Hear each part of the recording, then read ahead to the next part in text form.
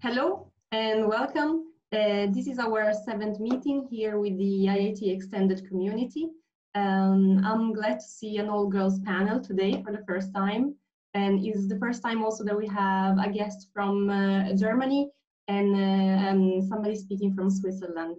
So we have Marta Orlando, who is talking to us directly from Berlin, where she works as a postdoctoral researcher at the Charitè University Hospital. And she was actually the one suggesting me the other two guests of today, so thank you, Marta.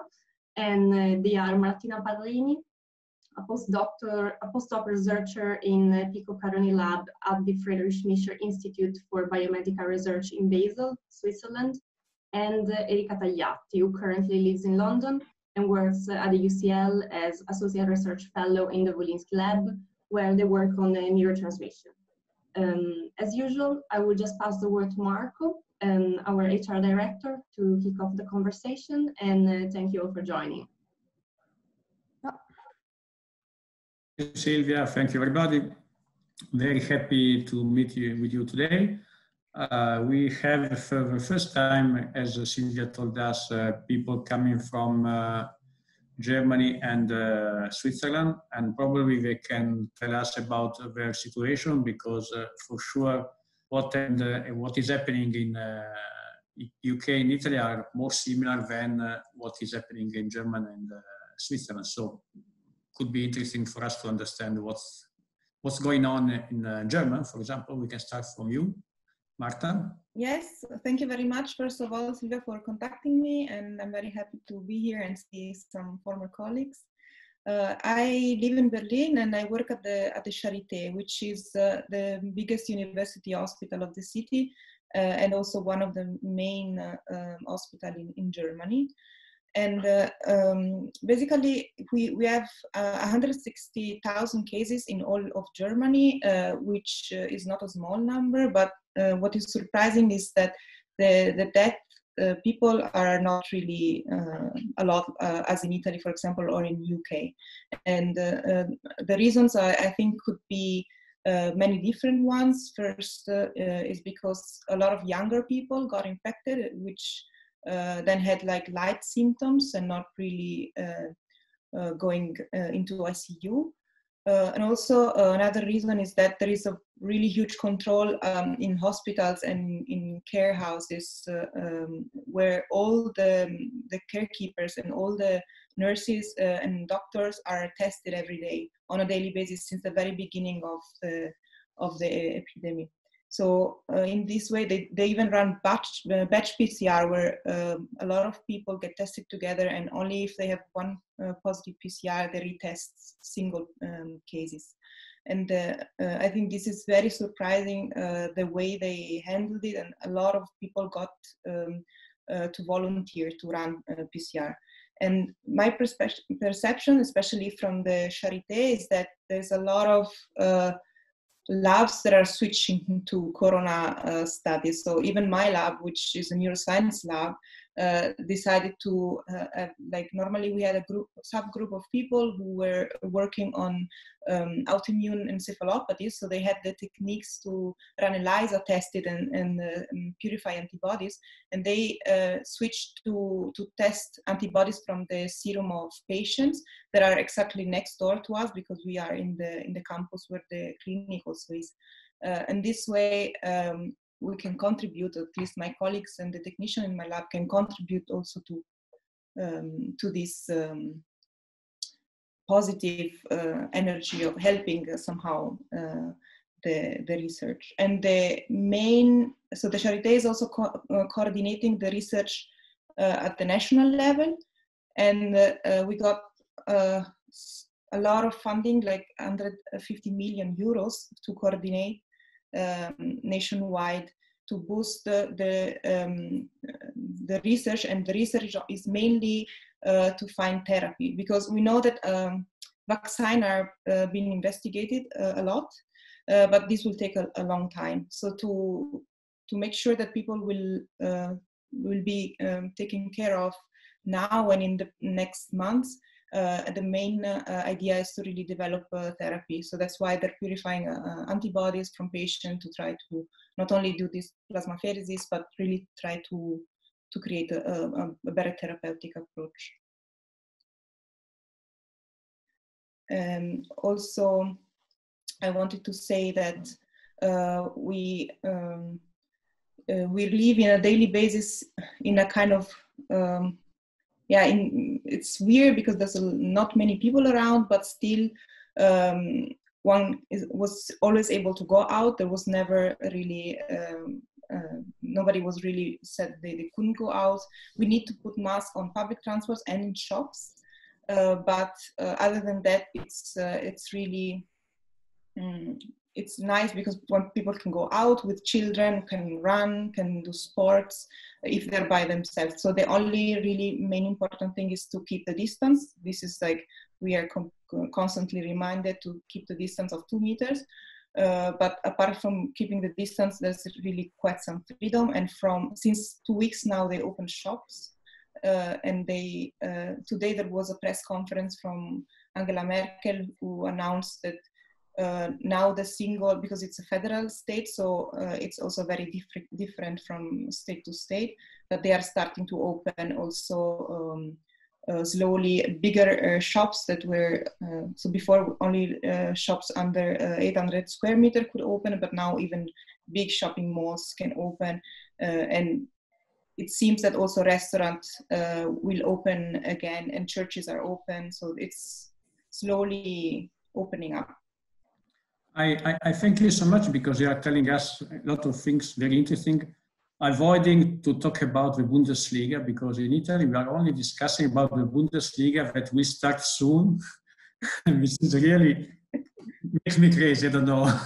This is also the main topic in the German newspaper, of course, because this is of today. We are very similar. Okay, I understand.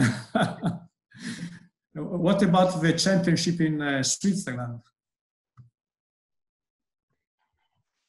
Hello everybody, and thank you for inviting me. And I am Martina Parrini. I live in Basel. Basel is a part of north of Switzerland and is a part of Germany. And I work as a postdoc in the Pico Caroni lab at the FMI, the Friedrich Miescher Institute, that is a part of the Novartis. Here there is a lot of cases in proportion with the number of the population, because this is 30,000 cases, but there is a little few of dead, because there is 1,500 dead people, and but the government as a lockdown started at 16th of March. But is after several cases. So the first cases registered in Basel, but also in other cities, is all the people come from Italy. And a lot of cases is in particular in Ticino and in the Lausanne. There is the city near the boundary of the Italy. And the government know that the situation and is a consensus, but take action very later, in my opinion, and started the lockdown at 16th of March. But my PI is coming from Italy, Ticino, near to Italy, and is started the engage hour to work at home a couple of days before the lockdown, and we is not restricted to go to work. It's possible to go to work, but only for the essential action, in particular for the take care of the mice, because the caretakers that they work with the mouse don't come to work, and we can take the action for the mice, for the other animals. And we have the possibility to go out, to go to the park, to go to the shop, supermarket or pharmacy. But I see that there is a very few people around in the city, and there is no mandatory to the mask, but it's essential to go to maintain a distance, to social distance from the other people, and so okay. There is no football. It stopped before. And do you also see like a switching of, as Marta was saying, that certain labs that were maybe doing a certain kind of research, they're now trying to switch to something more COVID related? Is that happening in Switzerland as well? I mean, do you see that in your work environment? Yes, it's possible to go to work, but the possibility is to stay 1 or 2 people in the office, and we have a rearrangement, our habit to change to work in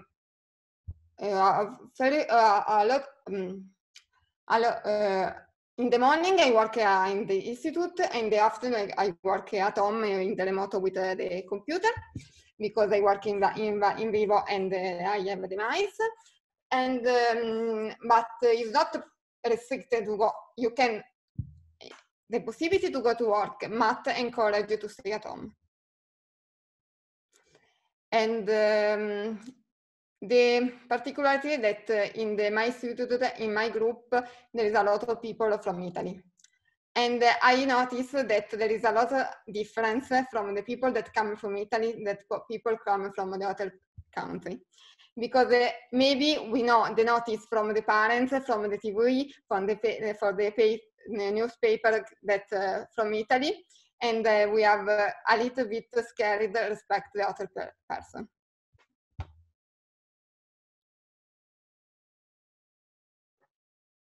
And how is it in London? How is it evolving, the situation in London?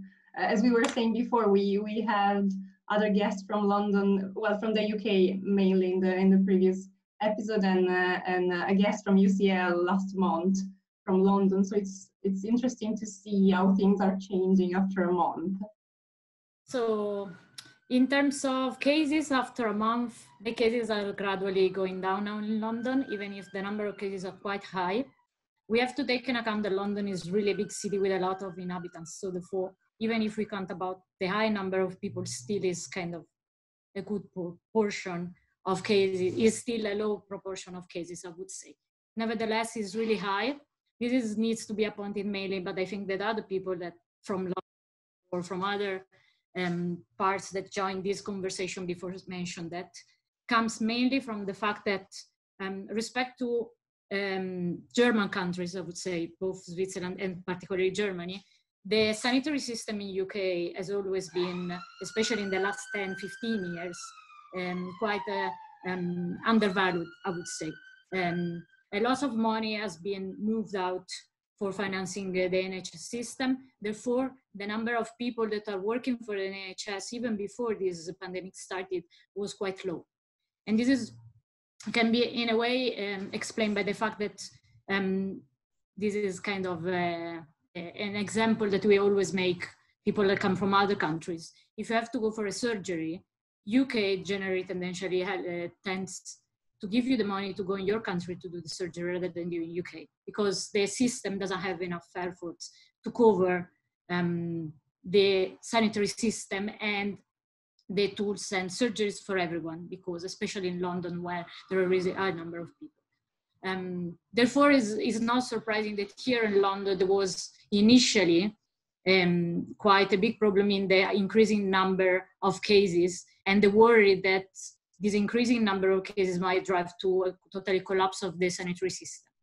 However, I must say that this was, even if the number of cases was really high and still really high, was well controlled by the fact that was counterbalanced by a really good political and diplomatical approach between the government and university, where, for example, in UCL, this is basically one of the main university in London in which I work.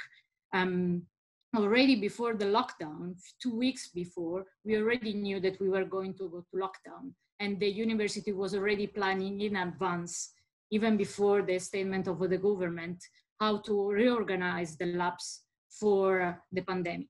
So most of the tools like PCR instruments that were meant to be used for doing screening, considering the limitation and the lack of technique available in an NHS system, were directly moved to the hospital. In my case, we work basically, our institute is the twin of the Neurosurgery and Neurology Institute, it is the hospital. So we had cases next door. But a lot of people, researchers, volunteer to help, as in Germany, inside the hospital, because they were already considered as key workers due to the skills that they have in molecular biology. And we borrowed a lot of instruments. But paradoxically, in all this situation of really good collaboration by the system, we had the counter limitation by the fact that, for example, after a few weeks, we had a problem with PCR tubes, that because there were some imposition by the NHS system that you can buy some PCR tubes just from a company, since an agreement. And at a certain point, even if for Germany, where everything is much more organized, here we got stopped with the problem in getting in screening, in the limitation number of screening that you can daily do because of this lack of viability of buying equipment for other company because of former agreement of years ago. Nevertheless, the situation I think that now is getting better. In the university, people are gradually, university is planning to restart soon in terms of weeks, I think. We are gradually already planning and organizing in the management where senior postdoc like me are directly also involved in organization this bit, in organizing how we will come back to work in security by organizing slot, by working 50% of the people, of the personnel in the labs in order to maintain distances. And therefore, we are trying to gradually restart to work in the lab. Outside, instead, the situation is, I think it is not really changed from my perspective that much. I always see people going around. Everyone is allowed to take 1 hour work sport a day. And there is obviously highly suggested to wear masks and gloves when you go to supermarket. When you go for a run, you can wear it, you cannot wear it. It's discretionary, but I think everything of these measures are also highly linked to the common sense of people and how much they go out, how many people they go out, and so on. And what else I can say? In the public transport, Erica, is it compulsory to wear a mask in London? Or? It's not compulsory, but I have to say that I'm living in the main road and I see bus passing every day. There are not that many people that use the bus. Fortunately, being a flat city, London was highly suggested people to take their personal bike to go to work. And also UCLI recommended all of us when we will start to not take public transports. Fortunately, being a huge city with a lot of renewing, is also easy to get cheap bikes for people that weren't working with transports.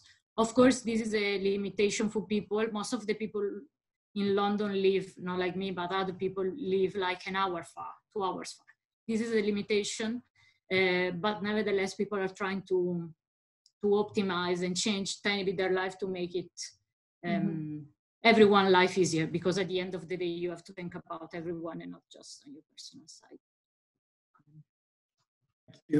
In these chats, we heard a lot of words about the situation in different countries. At the end, we can say that the huge difference is between to act as a reaction and to act as an action. That means to plan, to make forecasts, and to try to, let me say, take the right decision in advance, not as only as a reaction of the situation. And I think that different countries demonstrated a different approach and different capabilities in terms of plan and good ideas to handle the crisis. Talking about your specific research activities, I'm curious to understand if you expect to have some impact in the next future, because, okay, we have behind us 1 month, 2 months, some time of lockdown that for sure has slowed down your activity. But talking about the new normality that we are beginning to know for the future, what's the main impact that you think we have this situation in your specific activity? Who starts? I'll start. Okay. Definitely the main impact of from my perspective that I've been as I think this is a common feature of Marta, me, and Martina. We are kind of researcher that tends to spend a lot of hours in the lab. So definitely this lockdown teaches us that we can definitely reorganize our time in a way that we can devote much more time on writing and studying and devote it at home, and not necessarily going to work to do so. And definitely teaches us also how to proportionate better the writing and studying part with the practical thing. At least for me, that I generally tends to use much more time from practical aspect rather than theoretical one. From a financial implication and a research implication, definitely this lockdown had profound, in our, at least in my work, in our laboratory work, have profound implication. Nevertheless, I must say that university and charity that are funding research, at least in UK, are trying to do their best to help research by extending as much as possible grant fundings that were ending by this summer, for example, by the next year. By this way, allowing people, researchers particularly, that are basically the people that are funded by charity, to try to complete their research. Because at the end of the day, this reflects directly to postdocs, to PhDs, also to PIs, but particularly to the people that directly do the work, I think. And so from this perspective, I think that in UK, they are trying to do their best to help to cover this issue. From an approach to the work, I think there will be a significant impact, as I said. That doesn't mean that it will be negative. Actually, I think it will be good, because it will move everything from a perspective of smart working that was taken in this country, was really taken in account in a country in which they respect, and I think also German countries like this, they respect a lot personal life. They tend to take into account this aspect of also of smart working. But I think that also in other countries like Italy, where this is still more far, I hope it will be a kind of input to try to look in a different perspective also at the research and so on. Yes, I completely agree with Erica. This, like, it's been for many scientists and many postdocs especially, a time to stop and think about the research you're doing, and this is actually can have very positive implication, because sometimes it's a very fast-paced environment and you don't plan as well. And I think what I'm enjoying is this time to really plan, and I think this will be an impact in the long term for everybody to remember to design better experiments, because we can work now in the lab. We are restarting slowly, but of course we will not be able to go every day because we need to respect the distances and shifts. So I expect my future in the lab to be maybe 20% of my time in the lab and 80% still in home office. So I will have time to plan really well this specific experiment that I'm going to do in this 20% of my time. In terms of funding, yes, the same is happening here. So a lot of grants luckily got this extension, but also what I see is that a lot of application got extended. So the deadlines are really shifting. So people can write now applications that maybe were at the deadline in February or March. They've been all extended to after June or so. So this is also a great opportunity. And last and very importantly, I think it's a good time for collaborating more. It's weird because I don't see my colleagues face to face, but because we need to be actively looking for each other, because we don't just bump into each other at the coffee table, there is really a lot of collaboration going on, I think, now. And this will also help to hopefully improve science in a broader sense, because if I can only work so little in the lab, but someone else somewhere else can work also little, we can just combine energy and we will have hopefully papers with many authors in the next couple of years coming out from this time where one can just do so much, but joining forces, a lot can be achieved.